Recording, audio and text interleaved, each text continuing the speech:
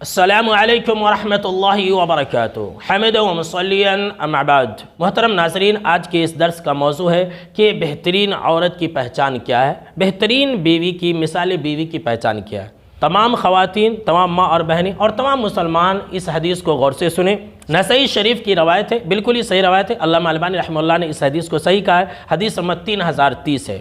حضرت ابو ہریرہ رضی اللہ تعالی عنہ راوی حدیث سے کہتے ہیں کہ آپ صلی اللہ تعالی علیہ وسلم سے سوال ہوا کہ ای النساء خیر، کہ اللہ کے نبی اکرم و مکرم صلی اللہ تعالی علیہ وسلم سب سے بہترین عورت کون ہے؟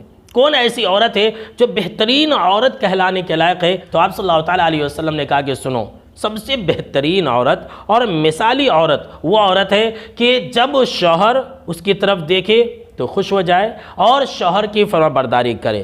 آخری بات جو ہے وہ سب سے اہم ہے، اور اسی لیے میں آپ کو یہ حدیث سنا رہا ہوں۔ کیا فرمایا؟ تیسری جو صفت بیان کی گئی ہے کہ بہترین عورت کی اور مثالی بیوی کی، وہ یہ ہے کہ آپ صلی اللہ تعالی علیہ وسلم نے فرمایا کہ سنو، بہترین عورت اور مثالی بیوی وہ عورت ہے جو لا تخالفہ فی نفسہا ومالہا بما یکرہ، کہ عورت، بہترین عورت وہ عورت ہے، بہترین بیوی، اچھی بیوی، مثالی بیوی وہ عورت ہے جو اپنے شوہر کی مخالفت نہ کرے۔ اور ایک شوہر، ایک مرد اپنی بیوی کی جان، اس کی عزت اور اس کے مال کے بارے میں جس چیز کو ناپسند کرتا ہو، جو چیز اسے پسند نہیں ہے، اس کی وہ عورت مخالفت نہ کرتی ہو، اس کی بیوی مخالفت کرنے والی نہ ہو۔ اللہ اکبر!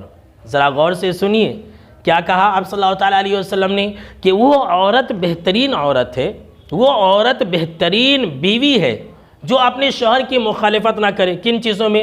جو بات شوہر کو ناپسند ہے وہ کام نہ کرے۔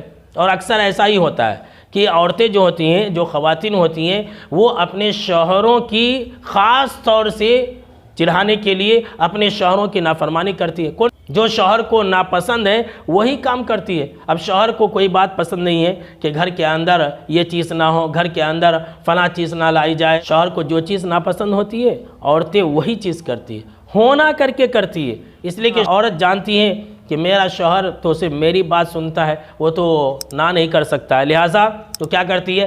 ہر بات میں اپنے شوہروں کی مخالفت کرتی ہے۔ لہٰذا جو عورتیں بھی ایسا کرتی ہیں وہ اچھی عورت نہیں ہے، وہ اچھی بیوی کہلانے کے لائق نہیں ہے۔